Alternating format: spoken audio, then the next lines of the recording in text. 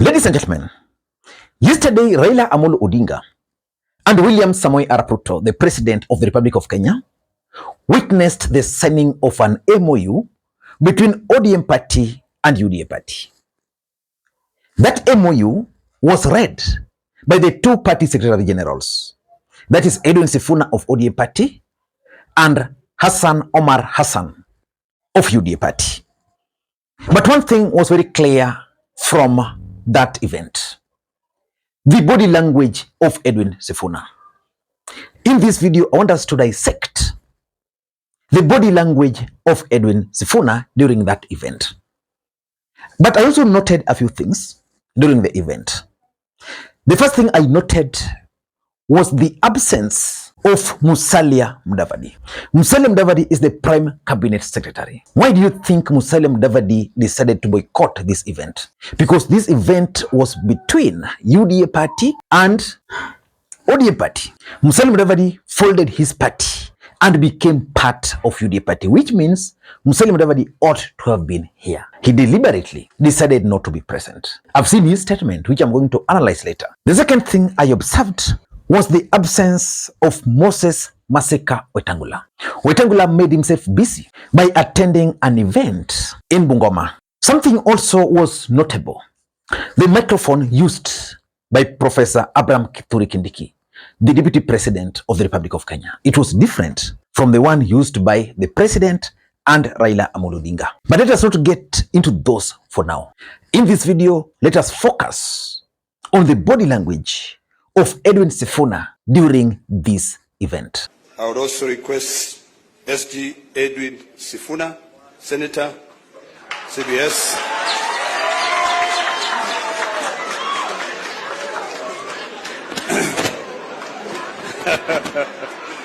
You may clap again.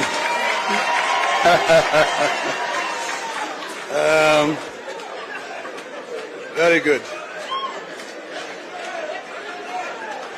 All right. All right. Thank you. Now listen. You know, mimi nimwambia baba ni baba ya nani? Kila mtu. Na sasa ukiona SG amesimama hapa, tumpigie baba makofi. Ama namna gani? Now, Bwana SG, this is a very important function for us, and I'm going to request.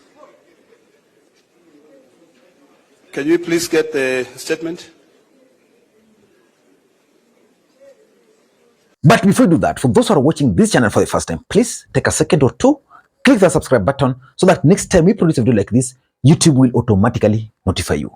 What we do on this channel is that we analyze politics in a way you can't find in any other place. So the best thing you can do is for you to just subscribe so that anytime we produce a video like this, YouTube will bring it to your attention. Ladies and gentlemen, Edwin Sifuna is one man who has made it very clear that he will never vote for William Ruto in 2027. So when Raila Odinga led his brigades in supporting William Ruto through experts, Edwin Sifuna never agreed to it. So Kenyans were really looking forward to understand how Edwin Sifuna was going to move, the political direction Edwin Sifuna was going to make, as it became very clear that Raila was going to work with William Ruto. So yesterday was the day. First of all, Edwin Sifuna made a disclaimer. Let us listen into Edwin Sifuna's disclaimer. My name is Edwin Sifuna. I am the Senator of Nairobi, and I am standing here in my capacity as the Secretary General of the Orange Democratic Movement. Your Excellency, in the capacity as SG, I have certain constitutional duties, and that is why I'm standing here to execute those duties in accordance with the Constitution of ODM. We have taken the liberty to read out this Memorandum of Understanding so that we are all clear on what it is and what it is not. We are all clear on what it is and what it is not. As SG, I want to confirm that this document has been processed through the relevant party organs. And Your Excellency, I have here in this room members of the party's central committee, who I'll just request to stand up so that they confirm that this is a decision of an organ of the party. Please stand up if you're a member of the central committee of ODM. Thank you very much. You may be seated. We are going to take turns with my counterpart to read out this MOU. It is titled Memorandum of Understanding to Resolve the Social, Economic and Political Challenges Facing Kenya 2025. Realizing that Kenya has gone through a long period of political crisis and conflict that has hampered the nation's potential. Why do you think Edwin Sifuna made that disclaimer? He made it because he wanted Kenyans to understand that as Edwin Sifuna, he was reading that statement in his capacity as the Secretary General of ODM Party. In fact, if you studied the video closely, you'll realize that Olekina was always behind Edwin Sifuna, ensuring that Edwin Sifuna was reading each and every word in that MOU. So that's the first thing which I noted. The second thing was the interruption by Olekina. Watch Olekina and Edwin Sifuna. Ledama, Your Excellencies, the President, I've been requested to pause.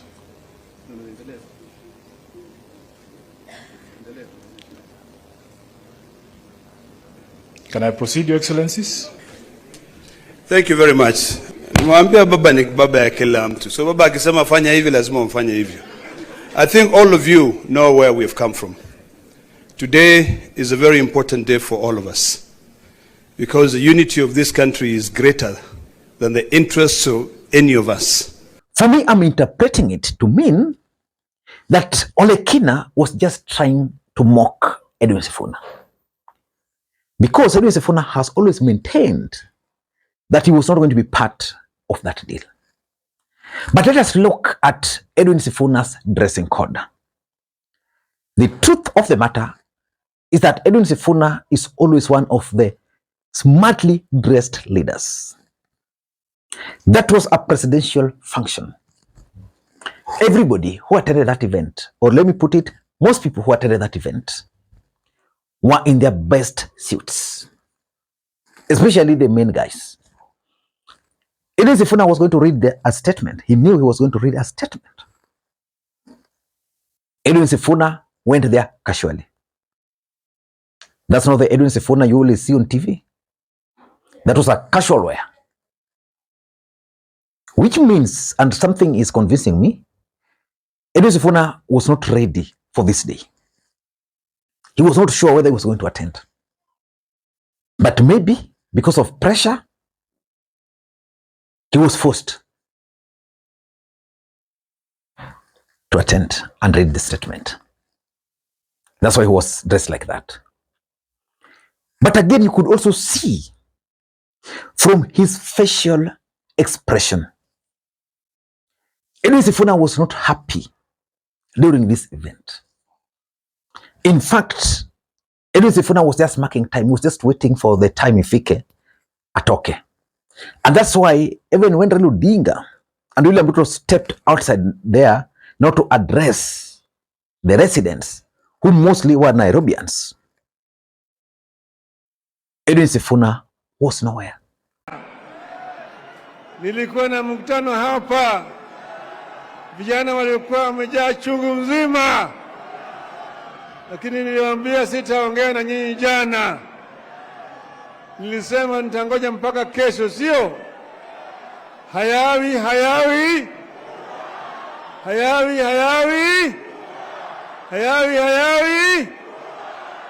Imekuwa sasa. Because these were Nairobi residents. This was his county. He ought to have been there as one of the people who signed this document. As the host senator, Edwin Sifuna was not there. Ladies and gentlemen, why would Edwin Sifuna show that kind of facial expression, the body language? Number one, the truth is Edwin Sifuna was or is conflicted as far as William Ruto and Raila Odinga's deal is concerned. He is the ODM Secretary General. He has to read the statement. If Edwin Sifuna were to refuse to read the statement, it would have meant defiance, which meant that document was not going to bind. So he had to be there. But he was conflicted. Why was he conflicted? We all know. Number two, I think Edwin Sifuna was also feeling unease. Why? Because of his past utterances. If there's one individual who was a darling of Kenyans, was Edwin Sifuna, because he was opposed to the broad-based government. And you know, Edwin Sifuna is eloquent. He explained to Kenyans clearly why he was going to oppose that deal. So let me just reiterate. My condolence, people. Yeah. But I must have a right of response to his allegations. Yeah. When you respond, tell us who's the chairman of Third Way Alliance. I have told you, Trevor. There are messages too important to be left with Aladwa. That is the chairman. That's what I'm telling you, and I'm the SG. And I've said in ODM, everybody will be allowed to say their piece. Aladwa has one vote, Sifuna has one vote. Let him cast his vote for Ruto. I will not cast my vote for Ruto. It is that simple. And Trevor, the last, I normally to talk about two terms. This is what you call, this is the political higgy-haga. Yeah. Because this is the crankum of politics. It is the wiggle that you cannot tell where politics said that. And they always say, one day in politics a long time. Okay. I can tell you, Trevor, that today, Sifuna will be told, will be given directions to keep quiet and to toe the line. And lastly, just like I explained, Edwin Sifuna had no option. And I think Edwin Sifuna called himself to a meeting and figured out, I am the Secretary General of ODM Party. ODM Party is the biggest political party in Kenya today. Within ODM Party, I have the support of the party leader. But again, what should I do? Should I resign or should I hold on? What are the benefits of resigning and what are the benefits of not resigning? So I think in that self-meeting, Edwin Sifuna agreed to himself or with himself that resigning is not going to be an option. And because resigning was not going to be an option for Edwin Sifuna, he decided, let me go and read this statement.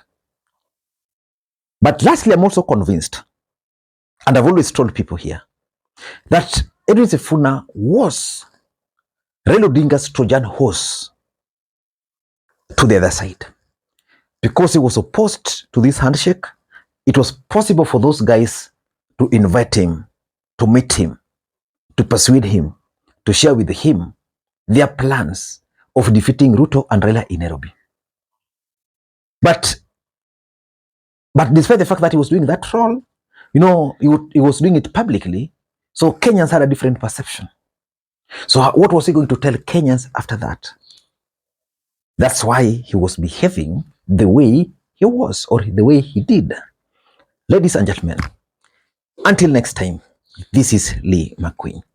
By the way, David Maraga has expressed in a very strong words that he might run for the presidency of the Republic of Kenya.